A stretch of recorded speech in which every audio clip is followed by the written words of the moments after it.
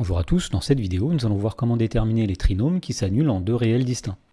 Dans l'exemple, on nous demande tout d'abord de déterminer tous les trinômes f qui s'annulent en 1 et en 4. Alors pour faire cette question, on va commencer par rappeler la forme d'un trinôme qui s'annule en deux nombres distincts. Alors si f de x égale ax carré plus bx plus c est une fonction polynôme du second degré qui possède deux racines distinctes x1, x2, alors f peut s'écrire sous la forme factorisée f de x égale a facteur de x moins x1 facteur de x moins x2. Alors si on applique cette propriété dans la première question, eh bien on va commencer par remarquer que si la fonction f s'annule en 1 et en 4, eh bien les nombres 1 et 4 sont des racines de f qui sont distinctes. Et donc puisqu'on a deux racines distinctes 1 et 4, eh bien d'après le rappel, on connaît la forme de f de x, on va dire que f de x est de la forme un nombre a, facteur de x moins x1, c'est-à-dire x moins la première racine ici vaut 1, donc x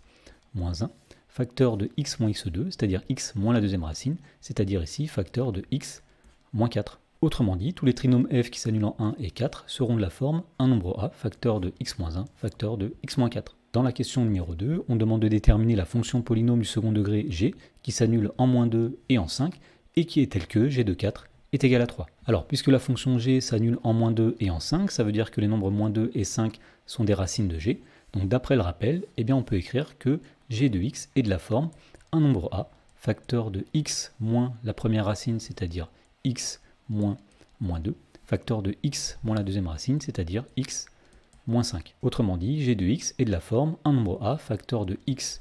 plus 2, facteur de x moins 5. Ensuite, pour déterminer le nombre a, eh bien, on va exploiter la deuxième information qu'on connaît sur la fonction g. On sait que g de 4 est égal à 3. Donc ici, on va dire or g de 4 est égal à 3, ce qui veut dire que lorsqu'on remplace tous les x par 4, le résultat doit être égal à 3. Donc on en déduit ici que g de 4, c'est-à-dire a facteur de 4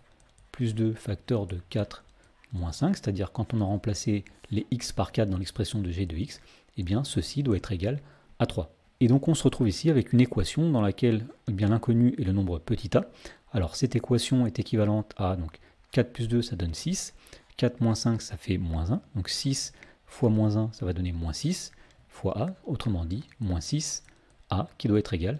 à 3. Et donc on en déduit que le nombre a c'est 3 divisé par moins 6, autrement dit c'est moins 1 demi. Et donc si on remplace le nombre a dans l'expression de g de x, eh bien on en déduit que g de x est égal à moins 1 demi facteur de x plus 2 facteur de x moins 5, c'est-à-dire que la seule fonction polynôme du second degré g qui s'annule en moins 2 et en 5 et qui est telle que g de 4 égale 3, c'est g de x égale moins 1 demi facteur de x plus 2 facteur de x moins 5.